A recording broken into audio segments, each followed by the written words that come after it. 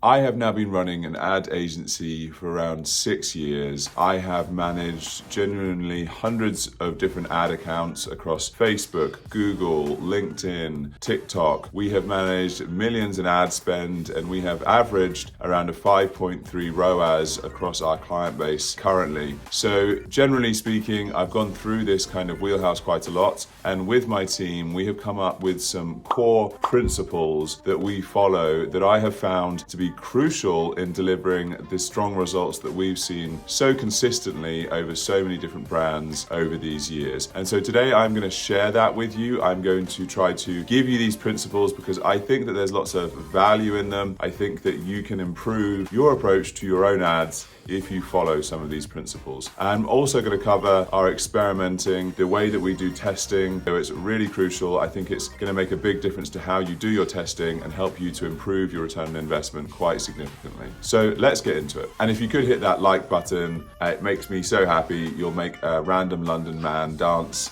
somewhere in the city each time you press it. So principle number 1 for our agency, this is cross-channel conquerors. This is what we call it. So this means we don't just do Google ads or Facebook ads or LinkedIn ads or TikTok. We do all of them. We like to play with each of these different channels because from my experience, it depends on the business massively which one is appropriate. So for example, if you're in B2B, it's maybe much more likely that you'd be better off with LinkedIn ads over Facebook ads because of the business data set they have. Or if you're more of a searched problem, you're an existing issue, then maybe Google's better for you. But if you're more of an inspiration purchase, something that someone isn't naturally looking for in their day-to-day life, then something like Facebook ads or LinkedIn ads where it's a display network, so an inspiration purchase might make more sense. So this cross-channel conquerors means because we're able to go across all of these channels, we give much better advice on which is the right channel for people, but also we understand it better. We also have a much more holistic view. So very often companies don't just do Google, they don't just do Facebook, they do a combination of these platforms, and how you marry these platforms together is extremely important. So the way that you might use this for yourself rather than us as an agency is don't just think about one platform. Really consider each of these different platforms, the strengths and the weaknesses. Don't just take one bit of advice from one person. Really dig into each of them. And on this channel we have lots of different videos which compares these different platforms and which might be right. I'll try and link one of those videos here for you, and take some time over it, then make a decision. I do often recommend focusing on one channel at a time to spend that ad spend in one place and get enough learning through it. But don't hold yourself back from trying a second channel if things don't seem to be working after, say, around 6 months. So cross-channel conquerors, that's principle number 1. I think it will make a big difference if you kind of take some of that stuff and use it for your own ads. Principle number 2, creativity delivered by double. So this means whenever we write copy for any of our clients, let's say, for example, we're doing a new responsive search ad and we need 15 headlines. Well, we aim to produce 30 headlines. This process of creating any creativity by double means that we force ourselves to be more creative. Often what happens when you're writing 15 headlines is you just about get to 15 and the last couple kind of suck. Sometimes maybe good, sometimes maybe shit. That can often be the case. But if you force yourself to write 30 headlines in this example, it forces you to come up with weird and wonderful alternatives that you just might not have thought of because you're forced to get to this much larger number. And so in the end, then after this process, you go through this much longer list, you pick the 15 best, and you're much more likely to have a really strong 15 with a more diverse spread within that. And this is the same for any other channel. Let's say you're doing LinkedIn ads, your headlines for your images ads that you're promoting, or in Facebook ads, you're doing carousels, all of the different copy that's involved within those ads. Whatever it might be, we always aim to do double. And so that's a really easy thing that you can always do for yourself, and you will write better copy. And copy is one of the most important skills in today's world when it comes to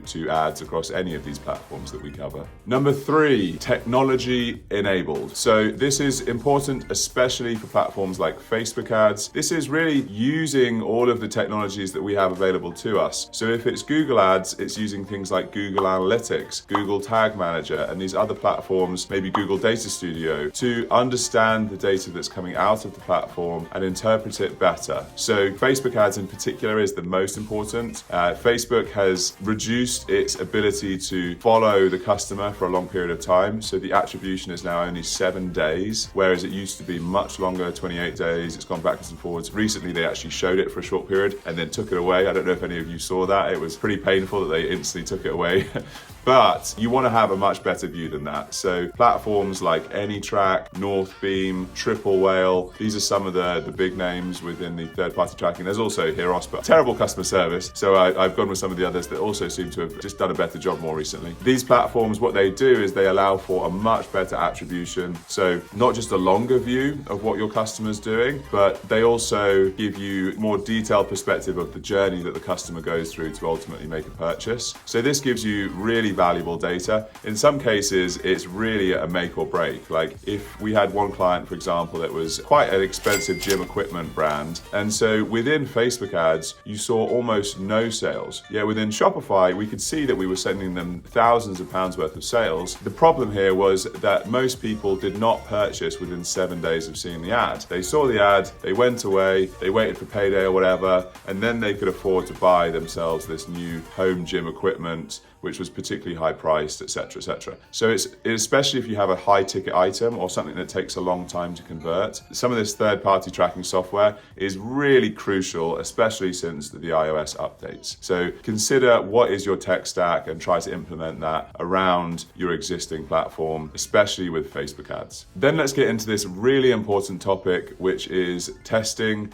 and these 2 phases that we split up within our own agency. Before we do, if you have been enjoying this video, please do hit the subscribe button. I really love it whenever anybody subscribes. The channel is actually growing at quite a nice rate at this moment. Super happy. I think we're going to be hitting 500 subscribers soon, which makes me super joyous. Maybe you'll be watching this video in the future and I'll be beyond 500, who knows? So phase number 1, experimental. So this is defined as either below 3 times ROAS or just generally where you are not profitable. So this is the experimental phase. And so by what I mean by this is it is 100% of your ad spend should be used into testing. So let's say we have 3 campaigns running and we are trying to get to a profitable ROAS. Let's say all 3 of them are at a 1 times ROAS, a 1.5 times ROAS, and a 0.5 times ROAS. Well, we would turn off all 3 of those campaigns realistically and put all of the new spend when we're launching new campaigns into those new campaigns. We would almost start from scratch. We would take the learning from those and then we would do a new round of campaigns to try to beat those previous campaigns. Whereas the next stage is the developmental stage of testing. So this is if you are, say, above the 3 times ROAS, which is just an example, or profitable essentially. So obviously profitable in some cases can be a 1 times ROAS, even a 0.6 times ROAS, or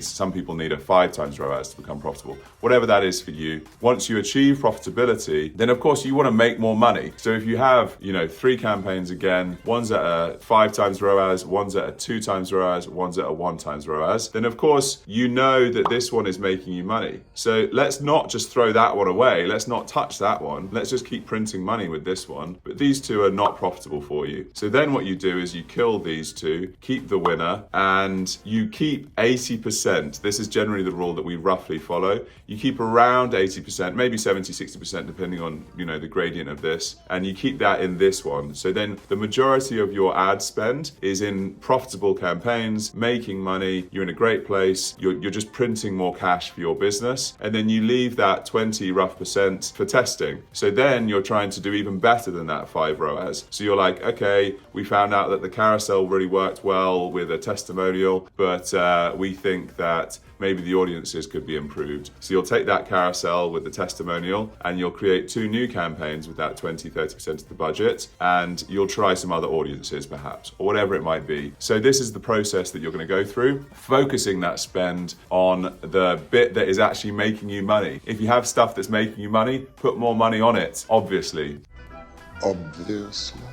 So these are the 2 phases for testing. They're really, really crucial. And that is the summary of the principles combined with these phases. These are some of the main ways that we try to guide the team that works within Snowball Creations, my agency, to deliver the very best results. And it works very well for us. We're getting around a 5.2, 5.3 ROAS at the moment for our clients. Some much higher than that, of course, some lower naturally, but many happy clients over the last few years. So if you're looking for professional help, then please do reach out. Otherwise, please do subscribe and follow these videos. There'll be another one generally every week. And otherwise, I wish you luck in the game of ads, and I'll see you in the next one.